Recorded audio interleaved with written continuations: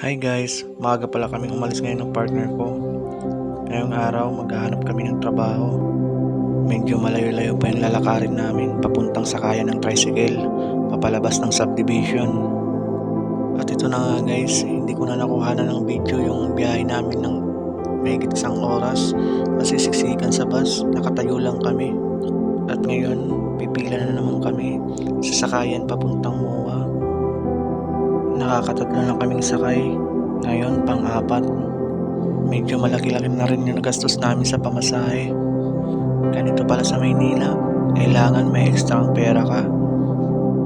Pamasahe pa lang, mapapagastos ka talaga. Ewan ko kung magkanong pera na lang natitira sa amin. Sana makaabot at makahanap na kami ng trabaho. Biyahe na pala kami guys papuntang MOA. Sa MOA pala namin naantayin yung ate ng partner ko. Sasamahan daw kami ng ate niya maghanap ng trabaho. Hindi kasi namin alam kung saan kami magsisimula mag-apply. Mahirap dito sa Maynila pag wala kang kakilala. Pag may problema ka, wala kang malalapitan. Para sa mga nagbabalak pumunta ng Maynila para magtrabaho, pag-isipan nyo munang mabuti. Alamin nyo kung anong mga posibleng mangyari kung baka sakali kayong magtrabaho sa Maynila. Dapat may sapat kayong pera na dala. Medyo may pagkamahal din yung mga paupahang bahay dito. At nandito na nga kami sa MOA.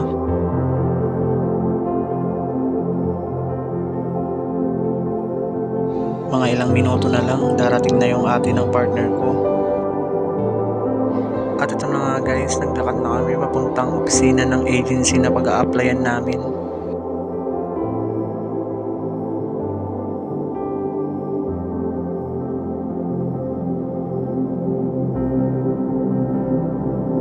At ito na nga guys, nandito kami sa labas habang inaantay namin yung partner ko.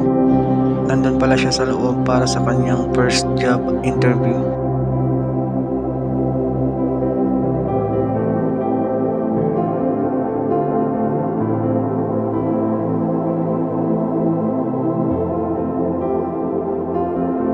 At nandito na nga kami sa Baclaran para sa last job interview ng partner ko. Hanggang dito na lang muna guys. Salamat!